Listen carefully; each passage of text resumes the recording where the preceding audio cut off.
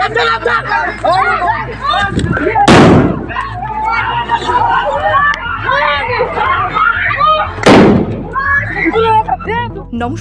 7 hour news নেটওয়ার্কে আপনাদের স্বাগত। সোমবার 7 সকালে জমি সংক্রান্ত বিবাদকে কেন্দ্র করে বোমাবাজির ঘটনায় উত্তপ্ত হয়ে উঠল মালদার মানিকচক থানার জালালপুর এলাকা।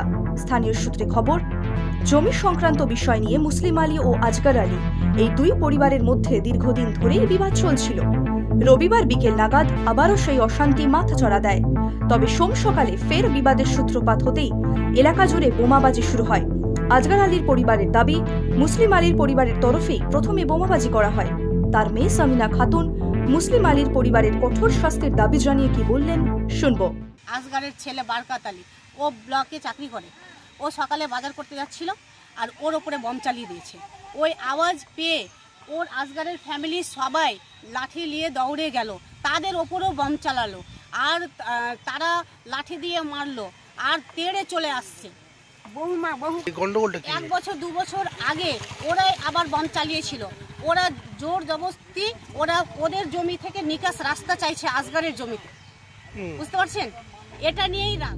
সূত্রের খবর, গোটা ঘটনায় দুপক্ষের কমপক্ষে প্রায় 10 জন আহত হয়েছেন। আহতরা বর্তমানে মানিকচক গ্রামীণ হাসপাতালে চিকিৎসাধীন। অন্যদিকে জমি সংক্রান্ত বিবাদে মুসলিম আলীর পরিবারের কতজন জখম হলেন বা আজগর আলীর পরিবারের বিরুদ্ধে তাদের কি অভিযোগ রয়েছে, আসুন হায়দার আলীর কাছ থেকেই শোনা যাক এর উত্তর। এই জমি বিবাদ আমাদের রাত্রে আবার মারপিট হলো, আবার সকালে হাঁসুয়ারা ঠিক আমাদের বাড়ি ধাওয়া করে মারতে এসছে।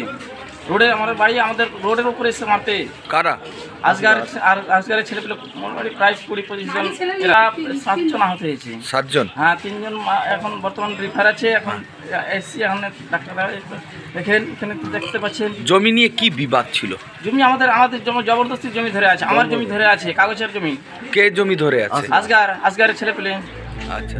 বোমাবাজির ঘটনায় এলাকা জুড়ে ইতিমধ্যেই মোতায়েন হয়েছে বিশাল পুলিশ বাহিনী।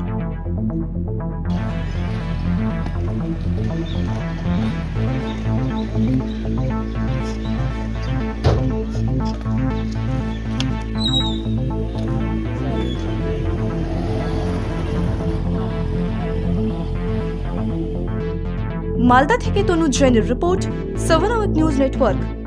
আরও বিভিন্ন খবরের আপডেট জানতে হলে 7 আওয়ার নিউজ চ্যানেলটিকে সাবস্ক্রাইব করতে ভুলবেন না, কারণ আপনাদের একটা সাবস্ক্রিপশন আমাদের কাছে অত্যন্ত মূল্যবান। জয় হিন্দ।